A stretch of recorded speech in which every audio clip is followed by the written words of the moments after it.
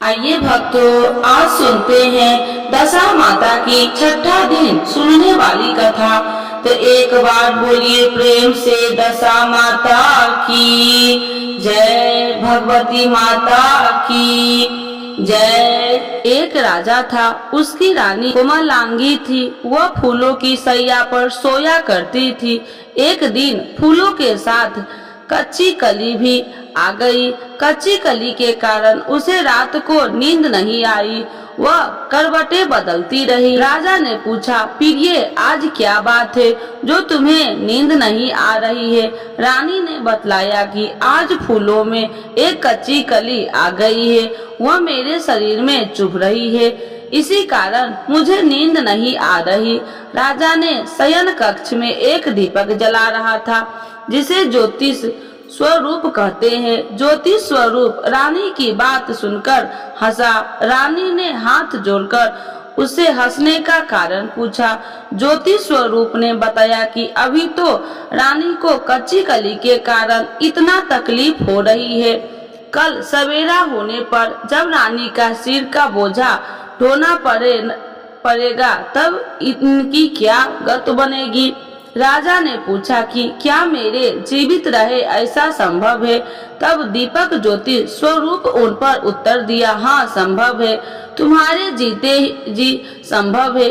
ज्योति स्वरूप की बात सुनकर राजा ने मन में सोचा कि देववाणी कभी असत्य नहीं होता, होनी को कौन टाल सकता है। रानी को अवश्य बोझा ढोना पड़ेगा, परंतु यह हो सकता है कि यदि मैं इसे एक संदूक में बैठाकर समुद्र में बहा दूं, तो संभव है कि यह बोझा ढोने से बच जाए, क्योंकि समुद्र में डूब जाने पर बोझा ढोने से बच जाएगी। राजा ने उसी समय रानी से कहा, चलो मैं तुम्हारे मायके में छोड़ आऊं, कुछ दिन वहीं पर रहना। रानी बोली, परंतु महाराज, मेरे मायके में तो कोई भी नहीं है, मैं वहाँ किसके पास रहूंगी? राजा ने कहा कि तुम्हारे गोत्र संबंधी वहाँ बहुत अच्छी दशा में है, मैं उन्हीं के पास तुम्हें भेज देता हूँ।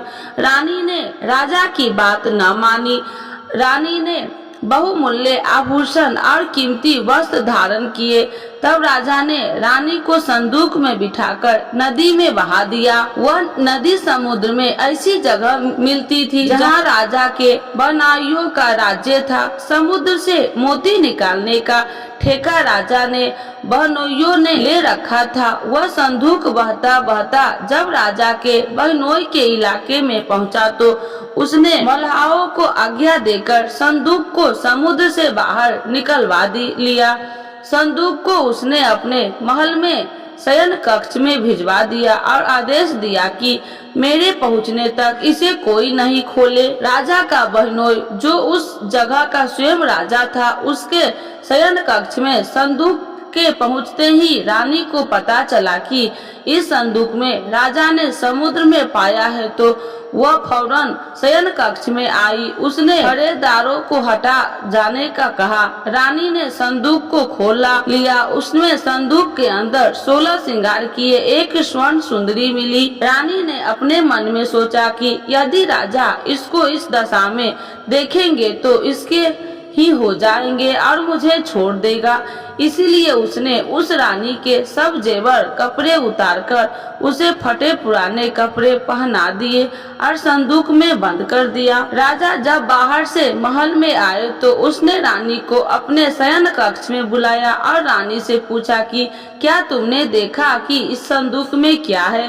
रानी ने उत्तर दिया, मैंने कुछ नहीं देखा है, मुझे नहीं पता कि इस संदूक में क्या है। राजा ने रानी के सामने संदूक खुलवाया तो उसे संदूक के अंदर फटे पुराने कपड़े, एक स्त्री दिखाई दी जो भिखारन सी लग रही थी। रानी ने कहा, यह कोई भिखारन लग रही है, इसको कारखाने में भिजवा दिया जाए, वहाँ लकड़ी ठोकर अपना जीवन निर्वाह करती रहेगी। राजा ने रानी के कहे अनुसार उसे कारखाने में भिजवा दिया। एक दिन रानी की सहेलियां नदी में स्नान करने दशा माता का डोरा ले रही थी। उनके पास एक डोरा रह गया था। वे यह सोच रही थी कि इस डोरे को किसे दिया जाए कि उसी समय लकड़ी ढोने वाली रानी वहां आ गई। उन्होंने उसे रोककर पूछा, बहन, हमारे साथ दशा माता का एक डोरा ले लो। रानी ने कहा कि मुझे डोरा लेने में कोई हर्ज नहीं, परंतु मुझे तो खाने भर का नहीं दिया जाता है, मैं इस डोरे की पूजा कैसे करूंगी। वह बोली कि तुम इस बात की चिंता मत करो, हम हर रोज इस जगह स्नान करने आया करेंगे। 9 दिन तक हम यहाँ पर कथा कहेंगे, तुम भी रोज आकर कथा में शामिल हो जाया करना। 10वें दिन पूजा होगी, तब तक दशा माता चाहेंगे तो तुम्हारी दशा बदल जाएगी। रानी ने दशा माता का ध्यान कर डोरा ले लिया। उसी दिन रानी के पति राजा को यह चिंता हुई कि रानी को संदूक में बंद करके बहा तो दिया था, परंतु पता नहीं उसका क्या हाल होगा।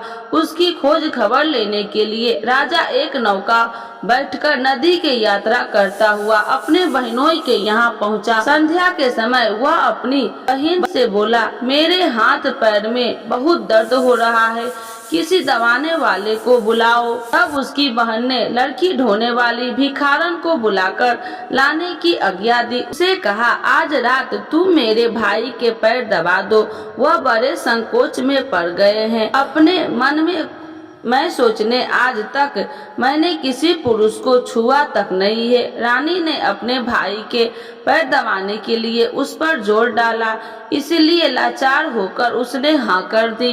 राजा के पैर दबाते दबाते रानी की उसके पाँव में पदम दिखाई पड़ा। रानी चुपचाप रोने लगी, उसके आंसू राजा के पैर पर टपक पड़ा। राजा ने उससे पूछा, तुम क्यों रो रही है? तुम अपना भेद मुझे बताओ, मेरे द्वारा तुमको कोई हानि नहीं होगी। रानी बोली कि जैसा पदम आपके पैर में है, वैसे ही पदम मेरे पति के पैर में भी था। पहले के दिनों की याद आ जाने पर मुझे रोना आ गया। राजा ने उसे पहचान लिया। राजा बोला, मैं समझ गया, अब तुम्हें पैर दबाने की जरूरत नहीं है। तुम्हारे भाग्य में जो लिखा था वह तुम्हें भोगना ही पड़ा। मैंने उसे टालने के लिए जो उपाय किया था उसका नतीजा उल्टा ही निकला। तुम्हें मेरे जीते जी लकड़ियां ढोनी पड़ी। सवेरा हुआ, परंतु अतिथि राजा सोकर नहीं उठा और न पैर दबाने वाली दासी कमरे से बाहर निकली। राजा की बहन को चिंता होने लगा। थोड़ी देर के बाद दासी कमरे से बाहर निकली और कारखाने में काम करने चली गई। रानी ने कमरे में जाकर अपने भाई को जगाया। उसका भाई बोला, मेरी तबीयत ठीक नहीं है, मेरा सिर दर्द कर रहा है, मैं अभी आराम करना चाहता हूँ, मेरा मन भी बहुत व्याकुल हो रहा है। रानी ने पूछा कि आखिर बता क्या है, कुछ तो बताओ। राजा ने कहा, बड़ी शर्म की बात है, मैंने तुम्हारी भाभी को जानबूझकर संदूक में बैठाकर तुम्हारे पास इसीलिए भेजा था कि इसे यहाँ आराम से रखा जाएगा, परंतु उसे तो यहाँ लकड़ियाँ ढोनी पड़ रही है। उसके तुमने सारे गहने कपड़े उतारकर उसे रास्ते की भिखारन बना दिया। उसकी बहन बोली, मैंने उसे नहीं पहचाना। उसने दासियों को भेजकर उसे चुपचाप अपने पास बुलाया। उसके आने पर बहन ने अपनी भाभी से माफी मांगी और उसके पैर पकड़ के कुछ दिनों तक राजा अपने बहन के रहकर रानी के साथ लेकर राजधानी में लौट गई। रानी ने अपने महल में पहुंचकर सुहागनियों को न्योता भेजा। बड़े धूमधाम से दशा माता के डोरा की पूजा की और नगर में ढिंढोरा पिटवाया गया कि आज से अमीर गरीब सब दशा माता का डोरा लिया करे और श्रद्धा पूर्वक पूजा किया करे।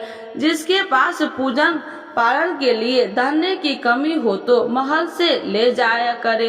जिस प्रकार रानी के दिन दशा माता ने फेरा, वैसे ही वह सबकी दशा को ठीक करे। तो एक बार बोलिए प्रेम से दशा माता की जय, भगवती माता की जय।